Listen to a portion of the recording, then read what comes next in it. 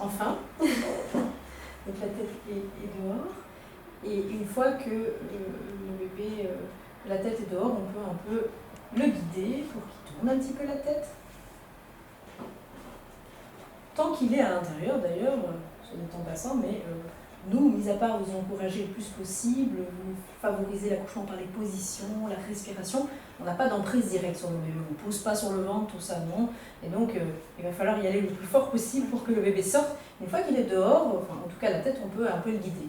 Mais tant qu'il est dedans, il n'y a que vous qui... Et même au bout d'une dizaine d'heures de travail, on arrive toujours à trouver la force pour pousser, parce que bah, voilà, c'est l'aboutissement de tout, et enfin on sera libéré et on aura son bébé dans les bras. Donc souvent la motivation fait qu'on y arrive. Hein. Okay. Et on est là pour vous motiver aussi. Mais donc au moment de l'accouchement, il y a la sage-femme qui t'a suivi pendant tout le travail, et une autre sage-femme qui l'accompagne et qui en fait va surtout te soutenir, s'occuper du bébé après, faire participer monsieur. Voilà. Et donc souvent il y a 2 personnes dans la salle, 2 sages-femmes ou un gynécologue si besoin, s'il y a besoin d'aide, et une sage-femme. Donc okay, voilà. Les pédiatres, les anesthésistes ne sont pas là si tout va bien. Ils sont sur place, pas loin, mais ils ne rentrent pas dans toutes les chambres s'il n'y a pas besoin. Ok, super. Hop. Et alors ici, voilà, là justement on parlait de la sortie des épaules. En quelques poussées, hop, on peut attraper son bébé. Et le voilà sur toi. On ne va pas tenir. Donc une fois que on a son bébé sur soi, eh bien, on le sèche bien, on vérifie s'il respire bien. On lui met d'ailleurs un capteur de saturation pour vérifier qu'il respire bien. Tous les bébés ne crient pas, il y en a qui vont bien crier, bien expliquer ce qui s'est passé, d'autres qui vont plutôt regarder partout, les yeux grands ouverts, d'autres qui sont plutôt assoupis. L'essentiel est qu'ils respirent. Et donc avec ce petit capteur de saturation, on est rassuré qu'on met au pied, à la main.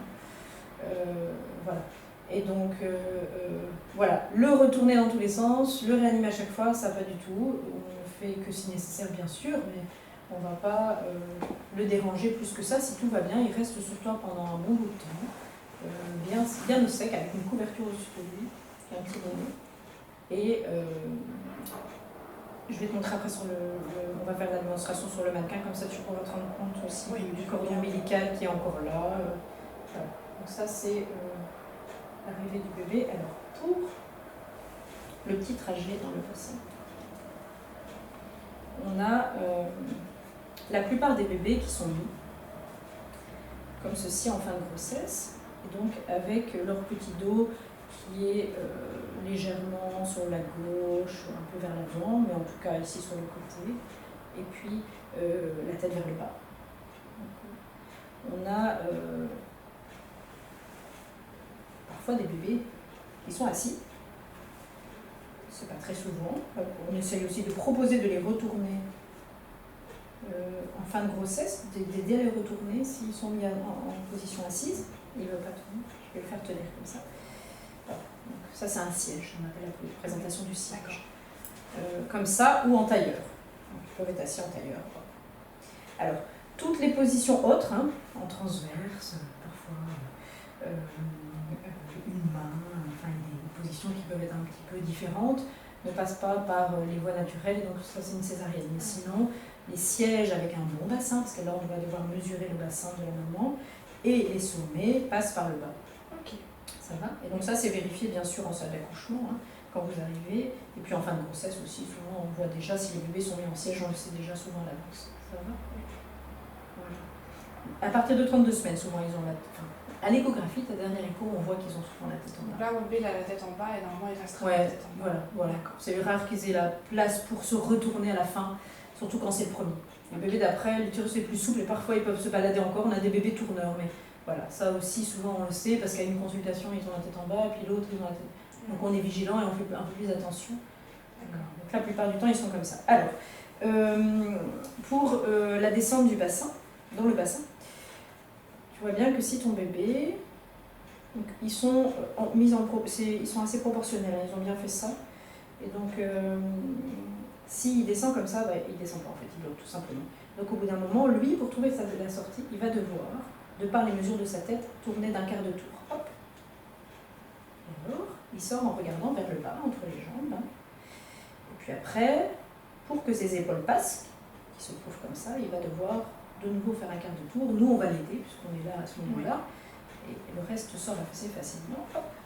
Et on peut l'avoir sur soi. Alors ça, celui-là, finalement, c'est un bébé qui a bien tourné. Il a dû faire un petit quart de tour avec sa tête. Ça paraît pas beaucoup, mais pour lui, c'est quand même un bon petit chemin à faire. Et c'est une maman qui a eu un col qui s'est dilaté dans un temps normal. Parce que c'est vrai que tout à l'heure, je ne sais plus si je l'ai bien spécifié, mais ce col s'ouvre avec cette contraction. Cette contraction pousse le bébé vers le bas. Et donc la tête du bébé, comme elle pousse sur le col, et bien qu'est-ce qui se passe? Hop, le col s'ouvre. Donc c'est vraiment comme ça que ça fonctionne. On va faire ça parce que ici, c'est un genre d'utérus. Donc c'est un peu comme une grande chaussette, hein, comme ça. Ou un col roulé aussi. Voilà. Et donc, voilà, ce bébé s'est mis comme ça. Et on voit vraiment que ce col, c'est comme une petite tute, un entonnoir. Et puis, quand le bébé pousse, on a vraiment ce col qui se raccourcit et qui s'ouvre tout doucement. C'est le même principe. Pourquoi? Parce que la contraction le pousse vers le bas. Bien sûr, il faut que lui ait tourné sa tête, parce que si, sur cette tête, quand la contraction le pousse, il y a un os et que ça coince, il ne va pas pouvoir avancer. Et ce qui se passe, c'est que le col va plus s'ouvrir, ça va stagner. Donc, à partir du moment où il sent qu'il y a un os, que ça coince, mais qu'on le pousse derrière, il va avoir un réflexe spontané, en fait, de tourner un peu la tête, parce que derrière, on le pousse et il faut qu'il avance. Et donc, c'est instinctif, il tourne. Alors nous, on va l'aider, en fait. On va l'aider à tourner. Et si on voit qu'au bout d'un moment, le col s'ouvre plus et qu'il coince, eh bien, on se dit, tiens, mon bébé, il doit tourner par là, on va tourner maman par là. Donc ça, c'est la thérapie posturale. Mais donc, tous les changements de position vont être proposés. On respecte surtout, d'abord, les positions dans lesquelles tu es bien. C'est hyper important, parce que de t'imposer de te mettre dans une position qui n'est pas supportable, surtout son péridurale, c'est pas ce qu'on fait, c'est pas bien. Et donc, on suit d'abord ton ressenti et on te propose les positions qui sont les mieux pour aider le bébé à tourner pendant tout ce travail. C'est des drôles de positions parfois, on a plein de supports qu'on utilise, des caisses en mousse, des coussins d'allaitement aussi beaucoup, des ballons. Et donc ça, la sage-femme qui t'accompagne va passer beaucoup de temps tout au long du travail, te proposer telle ou telle position pour que le bébé descende bien dans le bassin. Donc je vais beaucoup bouger alors. Oui, tout à fait. Au plus on est mobile, au plus on montre le chemin au bébé, au plus le bassin est souple au niveau des ligaments et au plus il trouve son chemin vraiment. C'est hyper important de bouger tant qu'on peut, tant qu'on en est capable, et on va vous accompagner pour ça. Et à la prochaine séance, avec Elodie, on verra justement les différentes positions pendant le travail. De la même façon, la place de l'accompagnant, accompagnante, mari, ami, conjoint, enfin, il y a plein une personne, une à deux personnes qui peuvent t'accompagner en salle d'accouchement, toujours les mêmes. Et alors, ils sont mis à partie pour proposer des positions, pour les massages, pour tout l'accompagnement autour du travail.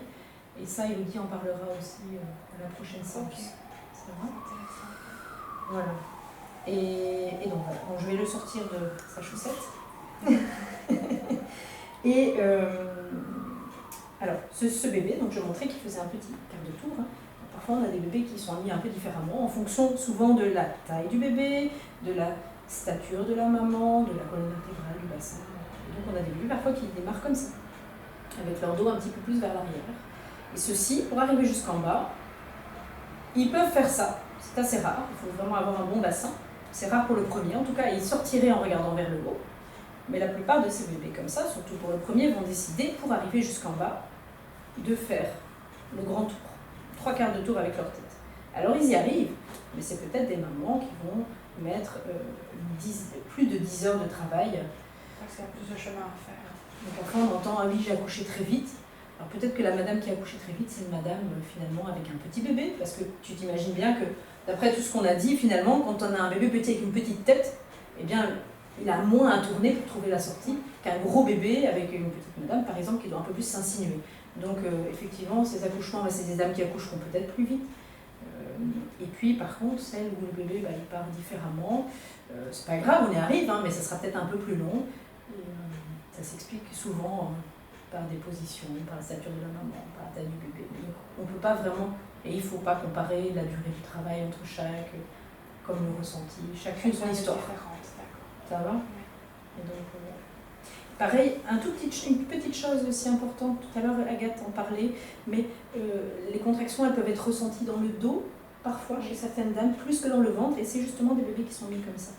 Donc avec la colonne, en fait, leur colonne qui est un peu dirigée vers la colonne de la maman, l'utérus de ce fait-là qui est aussi un petit peu plus vers l'arrière, et des contractions qui donnent un ressenti plus dans l'arrière, une sensation de pousser dans l'arrière. Et donc voilà, on n'a pas toutes des contractions qu'on ressent fort dans le ventre, mais parfois ça peut être très fort dans le dos. Okay. Avec toujours le ventre qui durcit par contre.